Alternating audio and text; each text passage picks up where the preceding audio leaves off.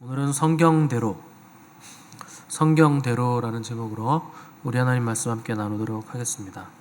고린도전서 12장을 우리가 흔히 은사장이라 이렇게 부르고 13장을 사랑장이다 이렇게 부릅니다. 그리고 14장에 가서 다시 은사 문제를 다룬 다음에 15장으로 넘어오시면 우리가 흔히 부활장이라 이렇게 부르는 부활에 관한 내용들이 이제 15장부터 나오게 됩니다. 그러니까 부활에 관한 교회 최초의 변증을 바울이 고린도전서 15장에서 지금 써놓고 있는 겁니다. 복음이란 거 기쁜 소식이라는 뜻인데, 복된 소식이라는 뜻인데, 이 기쁜 소식의 내용이 뭔가, 주님께서 이 땅에 오셔서 사셨다가 고난 당하시고 죽으시고 다시 살아나셨다 하는 것이 복음의 기쁜 소식이죠. 그분이 다시 살아나신 것이 왜 우리에게 기쁜 소식이 되는 것인가? 성경에 보면 주님 말고도 죽었다가 살아나신 분들 꽤 있습니다. 구약의 사렙다 과부 아들이나 수넴 여인 아들이나 또 신약의 나사로, 야이로의 딸, 나인성 과부 아들, 다비다도 죽었다 살았고, 사도 바울이 설교할 때 떨어졌던 유두고도 죽었다가 다시 살아난 사람이죠. 근데 그들의 다시 살아남은 죽음의 속박에서 완전히 벗어난 다시 살아남은 아니었다는 겁니다. 왜냐하면 시간이 지났을 때 예수님이 그들을 살려주셨지만 결국 그들은 다시 죽었다. 육체의 한계, 그 죄의 결과인 사망을 벗어날 수는 없었다는 겁니다. 근데 예수님의 살아나심이 우리에게 기쁜 소식이 되는 이유는 주님은 죽은 자 가운데서 다시 살아나시고 그리고 다시는 죽지 않으셨다 하는 겁니다. 그분은 하나님이시기 때문에 다시 살아나신 것이고 사망에 잡혀 계실 수 없으신 분이셨고 죄가 없으셨기 때문에 죽음이 그분을 잡아놓지 못했다는 겁니다. 그리고 다시 살아나셔서 영원히 지금도 살아계신다 하는 것이죠. 그래서 성경이 선포하길 하나님은 죽은 자의 하나님이 아니요 산 자의 하나님이시라 이렇게 말씀하고 있는 겁니다. 또 밤모섬에 나타나신 예수님은 계시록에서 나는 살아있는 자라 전에 죽었었노라 볼지어다 이제 세세토록 살아있어 사망과 음부의 열쇠를 가졌노라 이렇게 선포하시는 것을 우리가 볼 수 있죠. 그분의 부활은 잠시 생명을 연장하는 차원의 살아남이 아니라 죽음을 완전히 이기신 살아남, 지옥의 무덤 권세를 완전히 정복하시고 영원히 살아계신 살아나심이기 때문에 우리에게 기쁜 소식이 되는 거죠. 근데 단순히 예수님만 혼자 살아나시고 우리가 죽는다면 그게 뭐가 우리에게 기쁜 소식이 되겠습니까? 근데 그분의 부활이 곧 우리의 부활이다. 그분의 살아남이 곧 우리의 살아남이고 그분의 영원한 생명이 곧 우리의 생명이라. 그분의 살아남과 우리의 살아남이 연결되어 있기 때문에 우리는 그분의 부활을 복된 소식으로, 기쁜 소식으로 받을 수 있고 전할 수가 있게 됐다 하는 것이죠. 그래서 오늘 본문에서 바울은 복음의 핵심 내용을 지금 한 문장으로 쭉 정리를 했습니다. 이 3절에서 8절까지가 바울이 한 문장으로 복음을 그냥 한 방에 정리해 준 거예요. 그래서 이 문장을 통해서 우리는 예수 그리스도의 복음을 쉽게 정리할 수 있죠. 가장 중요한 복음의 내용, 핵심 내용이 이제 두 가지 정도, 세 가지로도 볼 수 있죠. 첫 번째는 그분이 성경대로 죽으셨다 하는 겁니다. 이게 복음의 첫 번째 내용이에요. 3절 보시면 성경대로 그리스도께서 우리를 위하여 죽으시고 이렇게 기록하고 있죠. 그분의 죽으심은 이미 성경이 예언한 대로 죽으신 것인데 뜻은 하늘에서 이루어진 것처럼 땅에서도 이루어지기 때문에 이거는 천지 창조 이전에, 창세 이전에 하나님이 이미 예정하신 대로 그분이 죽으셨다 하는 겁니다. 우리가 태어나기도 전에, 세상에 있기도 전에 하나님은 그분의 죽으심을 하늘에서 예정해 놓으셨고 그 영원전에 예정하신 예정하심이 성경으로 우리에게 계시되어져서 그 성경대로 그분이 이 땅에서 우리 죄를 위해 죽으셨다 하는 것이죠. 근데 왜 죽으셨는가? 우리 죄를 위해서 죽으셨다 하는 겁니다. 두 번째 복음의 내용은 그분이 성경대로 다시 살아나셨다 하는 겁니다. 4절 하반절 보시면 성경대로 사흘 만에 다시 살아나사 이렇게 기록을 하고 있죠. 이것도 하나님께서 다 예정하신 대로, 영원전에 예정하신 대로, 성경에 기록된 대로 다시 살아나게 하셨다는 겁니다. 그래서 우리에게 주신 예수 그리스도의 복음은 죄를 사해 주시기 위해서 우리를 위해 대신 죽으시기만 한 복음이 아니라 죽음을 이기는 부활 생명까지 우리에게 주시는 복음이라 하는 것이기 때문에 이게 기쁜 소식입니다. 세상 다른 모든 종교의 창시자들은 다 죽어서 무덤 속에서 썩었습니다. 근데 주님은 무덤 속에 계시지 않고 살아나셔서 그분의 무덤은 빈 무덤이었다는 거죠. 그래서 바울이 전하는 십자가와 부활의 복음은 이게 단순히 지식이거나 떠다니는 허황된 얘기가 아니라 인류 역사 속에서 성경에 기록된 대로 그대로 일어났던 실제 사건이기 때문에 이것을 복음을 믿고 받아들인 사람들, 성도들의 삶의 근간이며 기초가 역시 복음이 되어야 된다 하는 것을 바울이 지금 강조를 해주고 있는 겁니다. 근데 고린도 교회 성도들 중에 복음을 받아들인 자들 중에 중간에 몸의 부활을 믿지 않는 자들이 많이 생겨났습니다. 그래서 십자가에서 죽으신 건 믿는데 부활, 몸이 다시 살아나는 건 믿지 않고 우리도 다시 살아나게 될 것을 믿지 않는 많은 사람들이 생겨났다는 거죠.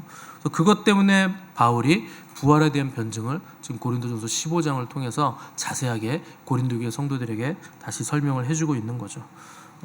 복음의 내용 가운데 십자가만 있고 부활이 없으면 그건 반쪽짜리 복음이 되기 때문에 반드시 부활도 너희들이 믿어야 된다. 그래서 그 기반 위에 너희들의 삶을 세워나가야 된다 하는 것을 강조하기 위함입니다. 기독교 신앙이 기독교 그 교회 역사를 자세히 보시면 가장 많이 공격받는 지점이 이 지점이에요. 그 부활 신앙 이나 이제 기적적인 일들을 철학이나 헛된 속임수나 무슨 사상이나 무슨 상징적인 것들로 그냥 생각하게 계속 공격을 해 들어오는 거죠. 그래서 천지 창조부터 수많은 기적과 예수 그리스도의 부활까지 그 세상이 계속 우리에게 요구하기를 그건 신화고 사상이고 꾸며낸 이야기라 이렇게 믿게 만드는 거죠. 그래서 바울이 그 15장 1절 2절 보시면 이렇게 시작한 겁니다. 형제들아 내가 너희에게 전한 복음을 너희에게 알게 하노니 이는 너희가 받은 것이요 또 그 가운데 선 것이라. 너희가 만일 내가 전한 그 말을 굳게 지키고 헛되이 믿지 아니하였으면 그로 말미암아 구원을 받으리라. 그러니까 이 모든 사실들, 복음의 기쁜 소식들을 상징적인 이야기나 신화나 철학이나 사상 정도로 생각하면 구원받을 수 없다는 겁니다. 너희들이 이 복음, 내가 전한 복음을 굳게 지키고 헛되이 믿으면 안 된다. 헛되이 믿는다는 건 사상이나 신화나 철학 따위로 믿으면 안 된다 하는 것이죠. 그거는 마치 신앙이고 믿음 같지만 유사신앙이고 유사믿음이 되는 겁니다. 구원을 주지 못하는 유사신앙, 유사믿음이 된다는 거죠. 그래서 바울이 이 복음을 굳게 지키고 헛되이 믿지 말라 이렇게 당부한 이유는 처음에 받은 복음의 내용이 왜곡돼서 중간에 어떤 것만 믿고 어떤 것을 믿지 않는 선택적으로 취사 선택해서 믿는 변질된 복음을 믿는 사람들이 그만큼 많았다는 뜻입니다. 왜 그럼 그렇게 변질된 사람들이 많은가? 그 부활, 특별히 몸이 다시 살아나는 부활을 현실에서 이해하기가 쉽지가 않죠. 당연히 그런 겁니다. 왜냐하면 현실에서 우리가 늘상 보는 것이 죽음이잖아요. 그래서 죽음이 오면 거기서 끝입니다. 더 이상 뭘 할 수가 없는 거예요. 나한테 돈 꼬간 사람이 있는데 돈을 받으려고 그렇게 쫓아다녀도 죽어버리면 그 사람한테는 돈을 못 받는 거죠. 그래서 이게 현실적으로 죽음을 이긴다는 것이 너무나 불가능해 보이더라 하는 거기 때문에 성경대로 믿는 것이 아니고 우리의 경험과 체험대로 믿으려고 하는 그 관성이 우리 안에 있다는 겁니다. 그게 육신의 관성이죠. 그래서 이 부활이 실제라는 것을 바울이 명확하게 짚고 넘어가는데 쭉 그 설명을 하는 겁니다. 5절부터 보시면 먼저 게바에게 보이셨다. 게바는 베드로죠. 먼저 베드로에게 보이셨고 그 다음에는 12 제자에게 나타나 보이셨고 그 후에 500의 형제들에게 일시에도 보이셨다. 500명 있는데 한꺼번에 다 볼 수 있게 나타나셨다. 근데 그 500명 중에 몇 명은 물론 나이가 많아서 혹은 병이 들어서 사고로 잠들기도 했지만 그들 가운데 대다수는 아직 살아있다. 그러니까 바울이 이 편지를 고린도교에 썼을 때 500여 명의 형제들 중에 예수님의 부활하신 예수님을 목격한 사람들이 많이 살아 있었다는 겁니다. 그리고 결정적으로 이 편지를 쓰고 있는 나에게도 맨 마지막에는 나에게까지 만삭되지 못하여 난 자 같은 내게도 주님은 보이셨다고 증언함으로 부활의 역사적 사실성을 변증을 해나가고 있는 겁니다. 그래서 이 바울이 전한 복음의 핵심은 이 복음이 성경대로 이루어졌다 하는 거예요. 그것은 다 사실이었다. 그리고 하나님의 말씀, 기록된 말씀은 전부 다 사실이다 하는 것이죠. 그래서 부활하신 예수님도 엠마오로 가는 두 제자에게 그 성경을 풀어주시면서 어리석은 자들아, 모든 성경에 쓴 바 그 모든 것들이 나에 관한 것임을 너희들은 왜 모르느냐, 이렇게 설명을 하셨죠. 또 구약 성경을 예수님의 죽으심과 부활에 비추어서 읽어야 모든 성경이 다 풀어진다 하는 것을 오늘날 우리도 잘 깨달아 가고 있죠. 예수 그리스도를 중심으로 성경을 읽어야 성경이 명확해진다 하는 것을 우리가 지금 깨달아 가고 있는 겁니다. 그래서 성경의 내용대로 부활이 일어났다면 성경이 말씀하고 있기 때문에 우리 또한 부활할 것이라 하는 것이 바울의 설명입니다. 왜냐하면 성경이 끊임없이 우리의 몸이 다시 살아날 것을 주장하고 증거하고 있기 때문에. 그래서 우리 믿음의 기반이 성경에 있다면 우리는 부활을 의심할 수가 없다. 그건 얼마든지 이해가 되는 것이라 하는 것이죠. 근데 부활이 믿어지지 않는 이유는 뭔가? 성경대로 믿지 않기 때문에 믿어지지 않는 겁니다. 교회 다니시는 분들 중에도 성경의 내용을 안 믿으시는 분들이 꽤나 많아요. 이거는 믿는데 이거는 못 믿겠다. 대부분 기적에 관한 부분들, 초자연적인 역사에 관한 부분을 못 믿죠. 그런 분들은 천지창조도 못 믿습니다. 결국에는 그 이상한 신앙을 가진 거예요. 성경대로 믿지 않는 신앙은 구원과는 상관없는 신앙입니다. 교회 안에 앉아 있다고 해서 구원받는 거 아니에요. 그 이상한 왜곡된 신앙을 가지고 있기 때문에 결코 구원받을 수 없습니다. 왜 성경대로의 신앙이 아니라 비성경적인 신앙을 가지게 되는가? 세상 소리를 너무 많이 들어서 그래요. 세상 가치관에 너무 많이 노출돼 있어서 그렇습니다. 세상이 항상 얘기하는 게 성경은 신화다라는 거잖아요. 그 얼마 전에 뭐 장관 후보자였나요? 나와가지고 하나님이 세상을 창조하셨다는 걸 믿는다고 하니까 우리나라 국회의원들이 전부 다 조롱했죠. 그게 세상이에요. 여러분, 미국 국회의원들은요, 하나님이 이곳의 왕이십니다 그러면 다 아멘 합니다. 근데 우리나라 국회의원들은요, 하나님이 세상을 창조하셨습니다 그러면 조롱합니다. 예수가 세상을 만들었어요, 이런 식으로 시작하면서 그 사람 조롱해요. 그분 장관 되시긴 되셨어요. 그게 우리의 상황이죠. 우리나라의 상황이죠. 그 세상 가치관, 세상의 소리들은요, 하나님이 세상을 창조하셨다는 그 성경의 첫 구절부터 믿지 않는 거예요. 그러니까 거기에 너무 많이 노출되어 있으면 그 성경에 나오는 모든 기적들도 믿어지지 않는 거죠. 그럼 여러분 생각해 보십시오.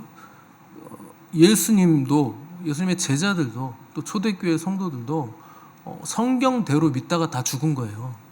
핍박받은 거예요. 주님도 그렇죠. 너희가 성경에서 영생을 얻는 줄 알고 성경을 상고하거니와 이 성경이 나에 대해서 말하는 거다. 그냥 사실대로 성경대로 말씀하신 거예요. 그것 때문에 죽은 거예요, 주님도.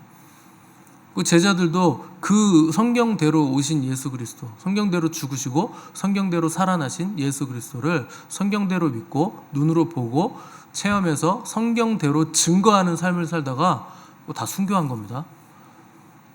그래서 너 이거 아니라고 한마디만 하면 살려줄게. 예수가 하나님의 아들이 아니고 메시아가 아니고 그냥 선지자급 정도 되는 사람이라고 그냥 인정하면 살려줄게. 그런데도 그 인정을 안 하는 거예요. 성경이 그렇게 얘기를 안 하니까. 그래서 수많은 사람들이 성경대로 믿고 성경대로 살다가 성경대로 증거하다가 그렇게 순교하는 마지막을 삶을 장식하게 됐다는 거죠. 성경을 증거하기 때문에 그들이 핍박을 받았다는 거예요. 세상이 그걸 미워하기 때문에 세상으로부터 핍박을 받는 거죠. 그래서 오늘날 우리가 성경대로 믿고 성경대로 살고 성경을 증거하는 삶을 살면 우리도 고난을 당합니다. 우리나라는 종교의 자유도 있고 자유민주주의 국가인데 이렇게 자유롭게 예배드릴 수 있는데 무슨 고난을 당하나, 이런 생각을 하시는 분들 많은데, 그분은요 성경을 증거하는 삶을 사시는 분은 아닌 거예요. 성경을 믿을 수는 있겠죠. 근데 그걸 증거하는 삶을 사는 건 아닌 사람입니다. 왠 줄 아세요? 마귀는요 교회 다니는 건 가만 놔둬요. 근데 그걸 증거하는 증인으로서의 삶을 살기 시작하면 공격합니다. 그게 영이에요. 세상의 영이에요. 그래서 나는 핍박을 받은 적 없고 공격당한 적도 없고 뭐 고난을 당한 적도 없다. 교회는 다니지만 한 번도 성경대로 일상에서의 삶을 살면서 성경을 증거하는 삶을 살아낸 적은 없는 분인 거예요. 그러니까 핍박이 없죠. 세상과 세상을 주관하는 영들은 예수 그리스도를 증거하는 자들을 그냥 놔두지 않습니다. 영적인 공격을 해요. 그 영이 실체이기 때문에 그렇습니다. 그럼에도 불구하고 우리가 성경대로 살면서 성경을 증거하는 삶을 살아가면 우리를 지켜주시는 분이 계세요. 그분이 지금도 죽음에서 살아나셔서 지금도 살아계시고 영원히 살아계시는 우리 주님이세요. 그분이 우리와 함께 하시고 그분이 우리와 동행하시면서 우리를 지키시고 우리와 동행하는 은혜를, 임마누엘의 축복을 우리에게 주신다는 겁니다.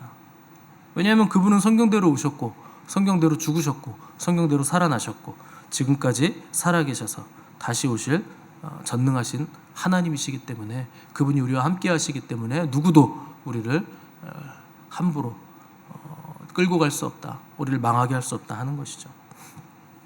그러니 여러분 과감하게 기죽지 마시고 성경대로 믿으시고 성경대로 사시고 성경대로 그분을 증거하시는 삶을 사시기 바랍니다. 사망의 음침한 골짜기 다닐지라도 해를 두려워할 필요 없어요. 음침한 골짜기 지나갈 수는 있죠. 그런데 주께서 나와 함께 지나가십니다.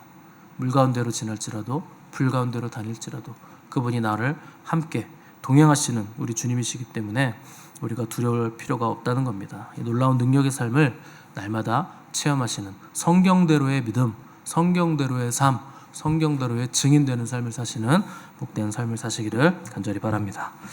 함께 기도하겠습니다.